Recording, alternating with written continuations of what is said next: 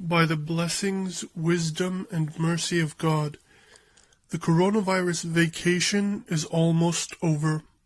People in Wuhan went back to work, according to Al Jazeera and other sources. CNN actually did a story about that this past week. And the death toll in one of the most impacted areas of the country, New York, has peaked and is slowing down. And that's why you saw stocks rebound this past Monday. And so I believe the worst is over.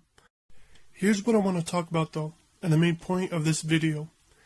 The coronavirus has shown the globe that the two states with the largest GDP in the world, the US and China, with arguably the two strongest militaries in the world, are not and will never be as powerful or as capable as God. Both the US and China were bought down to their kneecap tissue. The U.S. economy was pimp-slapped appropriately.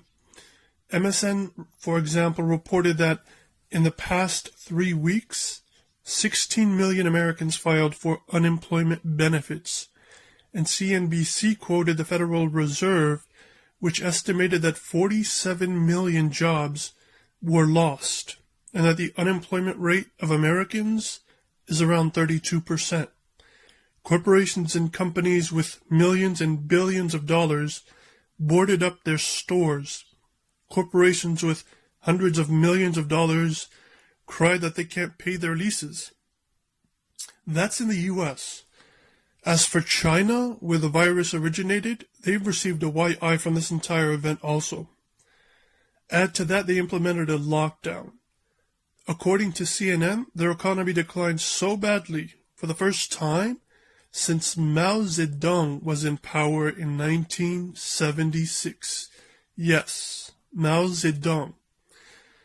Both the US and China have accused one another of causing and spreading the virus. Donald Trump called the coronavirus the quote-unquote Chinese virus.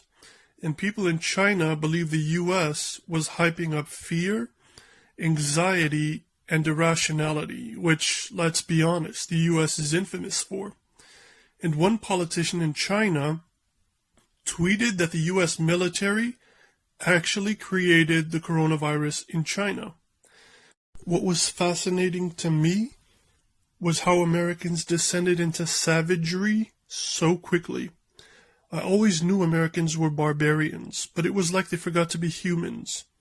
Within a few weeks, Americans were fighting in Walmart aisles over toilet paper, and for no reason, they were hoarding food, bottled water, milk, bread, hand sanitizers, and other hygienic products that they weren't using even before the virus hit. Americans are laughable, and the virus exposed them, yet again, as a comedic punchline. And I love it. Time and again, God has shown you that no matter how arrogant humans, including both the US and China, have become, something so small like the coronavirus will show you how weak and feeble your strongest states and militaries truly are in the grander scale.